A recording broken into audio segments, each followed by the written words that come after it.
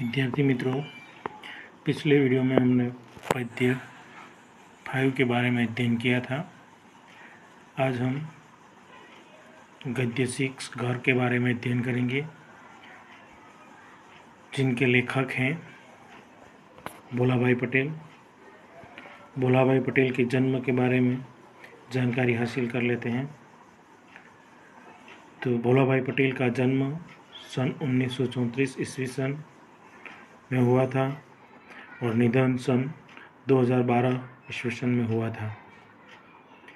Doctor Bholabhai Patel Gujarati भाषा के साहित्यकार हैं। उनका जन्म मेहसाणा के निकट सोजा गांव में हुआ था।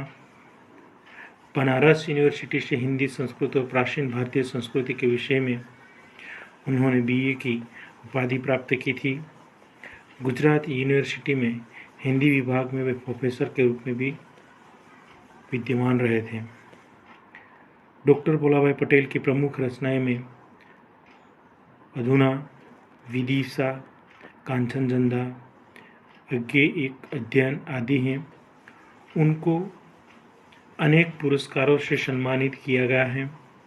गुजराती साहित्य सभा की ओर से रणजीत राम सुवर्ण चंद्रक हिंदी साहित्य सेवा सम्मान का, श्री स्वामी विवेकानंद सम्मान, भारत सरकार ने पद्मश्री से भी सम्मानित किया है। प्रस्तुत निबंध में लेखक शहर में स्थायी होने से गांव के घर को बेच देने का विचार करते हैं। वह मिट्टी का घर उनके परिवार ने बड़ी मेहनत से बनाया था। घर बेचने से पहले सब भाई एक बार इस घर में साथ रहने जाते हैं। लेखक की माँ पुरानी घटनाओं को याद करके रोने लगती हैं। अंत में घर न बेचने का निर्णय लेते हैं।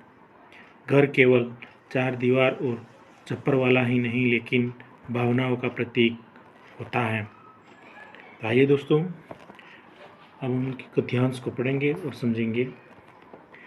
गांव से शहर में स्थायी होने के बाद लगभग बंद रहने वाले अपने छोटे से गांव के पुश्तैनी घर को बेच देने का विचार आया। जिस मोहल्ले में हमारा घर है, वहाँ के पुराने पड़ोसी तो अब शहर में रहने लगे थे। अधिकतर लोगों ने तो अपने पुराने घर बेच भी दिए थे। इसीलिए शादी, मृत्यु जैसे अवसर पर, किसी सामाजिक रिवाज के लिए या लंबी छुट्टियों में गांव के इस घर में रहने जाते तो बड़ा बेढंगा लगता। नए पड़ोसी आ गए हैं और उनसे अभी नाता ही नहीं बंध पाया है। वे हमें भी आगंतुक ही मानते थे, इसीलिए उस घर को रखने का कोई आकर्षण नहीं था। यहाँ पे पुश्तैनी यानी कि पीढ़ियों से चला आया हुआ पुराना घर, यानी कि ये पुराना घर। स्थायी यानी कि कायमी एवं टिकाऊ।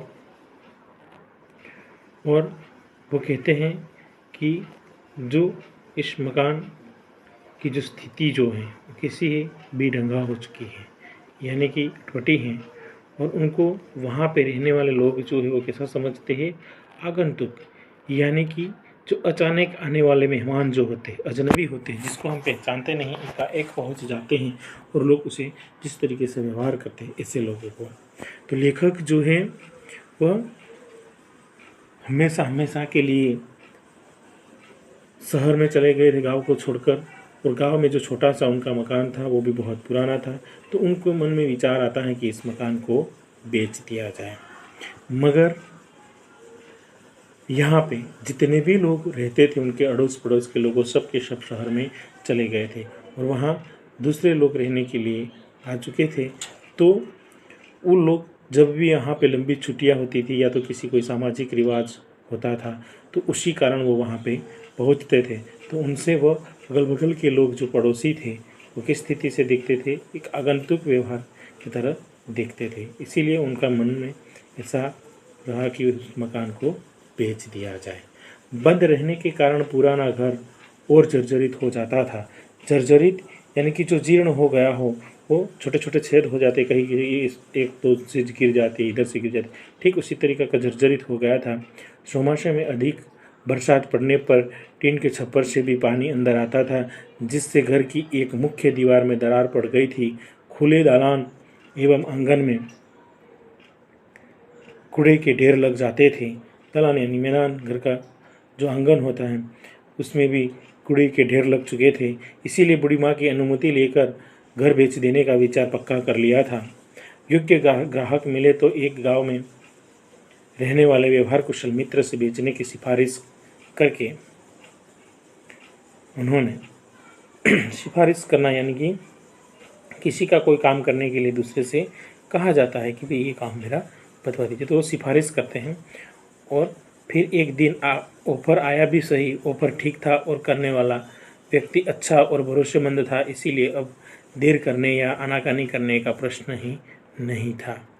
परंतु अभी क्षण से मन में ठिस सी उठी, बार बार मन को व्यग्र बनाता विचार आने लगा कि पुश्तैनी घर क्यों बेचा जाए। 3-4 पीढ़ियों से चले आते मिट्टी के कमरे के स्थान पर मेरे पिता ने यह ईंट का पक्का घर बनवाया था। कहना चाहिए कि घर के सभी सदस्यों ने स्वयं मजदूरी करके घर बनाया था। पिताजी इसके लिए अपनी बैलगाड़ी से ईंटें लाए थे। चिनाई के लिए गारा बनाने के लिए गांव के आंबा तालाब से, यानी कि वो घर बनाने के लिए जो मिट्टी की ज़रूरत थी वो उनके पिता आबा तालाब से चिकनी मिट्टी को स्वयं खोद कर लाते थे। मेरी माँ ने 37 तक गारे के तसले चढ़ाए थे। और फिर वह कहती हैं कि फिर शहर में अपने लड़कों के जब नए मकान बनने लगे तब उनके मकान वेतनभोगी सुपरवाइजर को देखरेख में मजदूरों द्वारा बनते देखकर मन में थोड़ा खुश होते हुए वहाँ पिताजी अनेक बार गांव के घर को कैसे स्वयं मेहनत करके बनाया था उनकी बात करते हुए भावुक हो जाते थे। इसी घर में ही हम सभी भाई बांधवों का जन्म हुआ था। इतना ही नहीं, इसी कमरे में हमारे दाम्पत्य जीवन का आरंभ हुआ और इसी कमरे में हमारी संतानों का जन्म भी हुआ। जीवन में जो अनेक अच्छे बुरे प्रसंग आए, यह घर उनका साक्षी है। घर के आंगन में कैसे खेलते थे। एक दिन उस आंगन को पार कर कंधे पर थैला लटकाकर गांव की पाठशाला में पढ़ने गए थे। एक दिन उसी आंगन को पार कर दूर परगांव पढ़ने गए। एक दिन उसी आंगन को पार कर शहर में जाकर बचे। उसी घर के आंगन में हमारी बहनों और बांधवों के विवाह मंडप बंधे। यही बिरादरी वालों के साथ झगड़े और स्नेह मिलन भी हुए थे। यही पड़ोसियों के साथ ऊंची आवाज़ में बोलाचाली और जाड़ों में अलाव के पास, अलावा यानी कि जो तापने के लिए सीज बनाई जाती हैं और उसमें अगल बगल में बैठकर लोग गर्मी को लेते हैं, यानी कि ठंडी को भगाने के लिए अलाव को लगाकर वो बैठ जाते हैं, वही कोड़ा जिसे हम कहते हैं। पास बैठकर मधुर विश्रम्भम कथाएं हुई थी और इसी आंगन में हमारे परिवार के कुछ सदस्य भेड़, भेड़िया, बैल, बछड़े बांधे जाते थे। तो अब वो कहते थे कि उन्होंने उस मकान को बेचने के लिए तो मन में ठान ही लिया था, मगर यहाँ पे सभी के सभी जो लोग जो थे तो लेखक को भी उसी घर के बारे में सभी तरीके की बातें याद आने लग जाती हैं और वो कहते हैं इस मकान को क्यों बेचा जाए। ये सदियों से चला आ रहा मकान है, उसी मकान में हम सब लोग बड़े हुए, उसी मकान में हम यहाँ पे खेलते कूदते बड़े हुए हैं। हमारे सभी भाई बहनों का विवाह भी उसी मकान में हुआ है। हम उसी मकान में एक दूसरे के साथ रहते थे। उसी मकान के अगल बगल के पड़ोसियों के साथ कभी कभी लड़ाई झगड़ा भी होते थे। तो साथ ही साथ में जब ठंड की मौसम होती थी तो उसी मकान के अगल बगल में हम सब अलाव लगाकर सभी साथ में बैठकर वो विश्रम्भ कथाएं भी हम वहाँ पे बैठकर सुना करते थे। उसी मकान के पास में कुछ सदस्य के साथ साथ वहाँ पे भेड़ भी थी, बकरियाँ थी, सब कुछ यहाँ पे बांधा जाता था। तो उसी मकान को हम क्यों बेचे। लेखक जो है, लेखक का मन भी आकुल व्याकुल हो जाता है। इसी घर के दालान में मेरी दादी और फिर दादा की मृत्यु के समय गोबर से लिपकर उस पर उन्हें सुलाकर पुजाई हुई थी और कुछ वर्ष पहले मेरे पिता को भी इसी दालान में सुलाया गया था। हमारे घर के दोनों और दूसरे घर हैं। एक घर हमारे एकदम निकट के साथी का है, वह भी बंद है। मेरा मित्र रोजी रोटी कमाने देश के अनेक स्थलों में घूमने के बाद पत्नी की मृत्यु होने पर अब अहमदाबाद में रहता है। उसके बाद के मकान में काशी बुआ रहती थी। उनकी मृत्यु को वर्षों हो गए। वर्षों तक वहाँ जहाँ वे रेत खड़ी लेकर रोज़ सामायिक करती उस दालान में अब एक तोंद वाला बारोट सोता दिखाई देता है। सामने वाले मकान का मालिक प्रौढ़ अवस्था में परंतु कुंवारा ही चल बसा।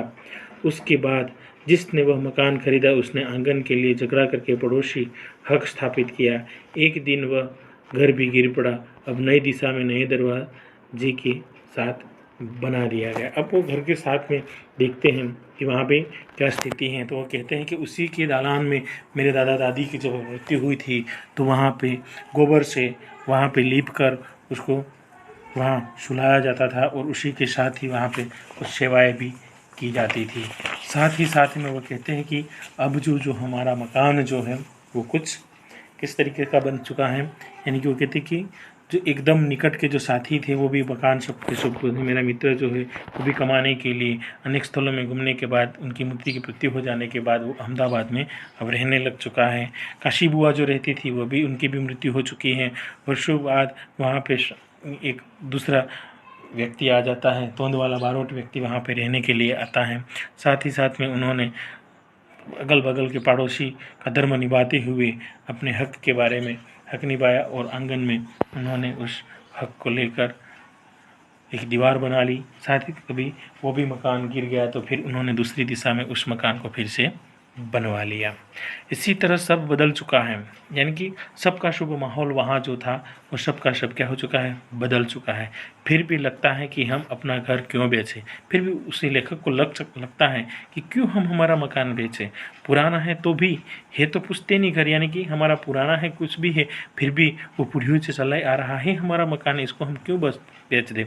वह क्या है, घर है, चार दीवारों और छप्पर वाला कोई मकान नहीं है। मकान पैसों से खरीदा जा सकता है, बनवाया जा सकता है, पैसे लेकर बेचा जा सकता है, परंतु घर, यहाँ पे लेखक बहुत बड़ी बात बताते हुए कहते हैं कि मकान जो होता है उसे हम किसी भी तरीके का बना सकते हैं, मगर घर और मकान में बहुत फ़र्क होता है। हम उसको पैसा देकर भी खरीद सकते हैं, पैसा लेकर बेच भी सकते हैं, कुछ भी कर सकते हैं, मगर जो घर होता है, घर यानी कि पूरे परिवार सदस्यों के सबके साथ में रहकर जो बनता है उसे कहा जाता है। तो वो जो घर है वह घर को कैसे बेच, घर तो एक भावना है, यानी कि हम जिस तरीके से एक घर में हम रहते हैं वह तो क्या है, भावना है। हम भावना को किस तरीके से बेच सकते हैं। घर न होने पर घर की भावना भी अच्छी है। वह घर सिर्फ पैसे से खरीदा या बनवाया नहीं जा सकता, इसीलिए लगने लगता है कि भले ही घर पुराना होता जाए, जीर्ण होता जाए, भले ही गिर पड़े, परंतु वह बना रहे, यानी कि वो याद जो है वो हमेशा हमेशा के लिए वहाँ पे बनी रहे। उस मकान को हमें बेचना नहीं है। दूसरी ओर मन दूसरा तर्क करता है कि यह सब भावुकता है। यदि गांव में जाना ही न हो तो वहाँ घर रखने का क्या अर्थ है। अच्छे पैसे मिल रहे हैं, इतने पैसे फिक्स डिपॉजिट में रखे तो भी, यानी कि वो फिर से दूसरी ओर दूसरा तर्क उसके दिमाग में चलने लगता है। वो भावुक हो जाते हैं और कहते हैं कि भावुकता में आकर इस मकान को क्यों हम रहने दें। अगर इस गांव में जाना ही नहीं है तो फिर इस घर को रखकर क्या मतलब है। अनेक जो भी पैसा आएगा इस पैसा को हम फिक्स डिपॉजिट कर दें तो भी कितने पैसे बन सकते हैं। अंत में निकाल देने का निर्णय ही लिया गया, परंतु हम सब भाइयों ने एक बार सपरिवार अपने घर, उसी घर के साथ कुछ दिन एक साथ रहने के लिए सोचा।